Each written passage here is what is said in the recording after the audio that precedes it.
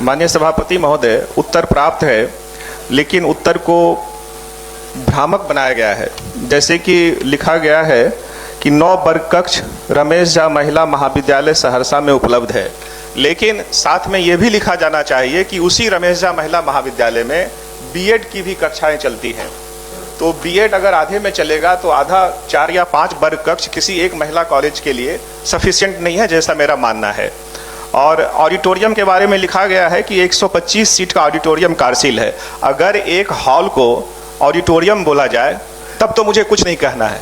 Auditorium का भी एक कॉन्सेप्ट होता है माननीय शिक्षा मंत्री जी। तो विश्वविद्यालय के स्तर से जो जवाब आया है ये भ्रामक है और ये सही जवाब नहीं है, पहली बात। दूसरी बात है कि ये कमिश्नरी का एकमात्र महिला कॉलेज है और रमेश झा जी वहाँ के समाजवादी नेता थे, उनके नाम पर ये कॉलेज है। और उन लोगों ने बाद में कांग्रेस में आए, पहली बार समाजवादी पार्टी से मतलब, तो ये उनका जो रमेश झा जी का धरोहर है। और 70 के दशक में उन्होंने एक सपना देखा था कि यहाँ की बच्चियाँ पढ़ेंगी। तो और जो बिल्डिंग अभी एग्जिस्टेड बिल्डिंग है उसको मैं हाल में ही मैंने विजिट किया है, तो छत से उसका गिरता है महोदय। तो मेरा ये मानना होगा कि इस पर एक बार अपने स्तर से भी दिखवाया जाए।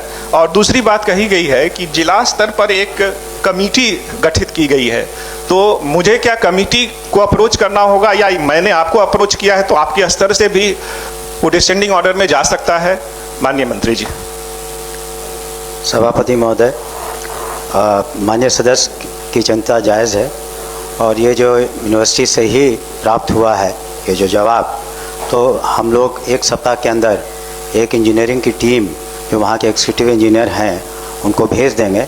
वैसे हम लोग बताना चाहेंगे सदन को कि कई ऐसे महाविद्यालय हैं, विश्वविद्यालय हैं जिनको हम लोगों ने पैसे दिए हैं। उदाहरण स्वरूप राजेंद्र कॉलेज बहुत पुराना कॉलेज है छपरा जिला का, उसका जीर्णोद्धार के लिए हम लोगों ने करीब 40 करोड़ से, माननीय सदस्य बैठे होंगे, ज़्यादा पैसे दिए हैं। तो इसको एक हम लोग टीम भेज करके इसका आकलन कर लेंगे और 10-15 दिनों के अंदर उसका रिपोर्ट मंगा करके और जैसे हमारे पास राशि उपलब्ध होगी तो निश्चित रूप से एक पुराना संस्थान है तो उसको हम लोग जीर्णोद्धार करने का ज़रूर प्रयास करेंगे। ठीक, धन्यवाद। नीरज बाबू।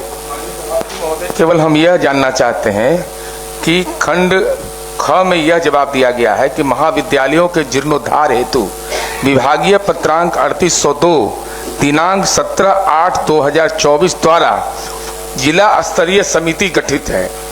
क्या पूरे राज्य के अंदर में हर एक जिला में जिला स्तरीय समिति गठित है जो आधारभूत संरचना के क्षेत्र में जिसको अंगीभूत महाविद्यालय में काम करना है?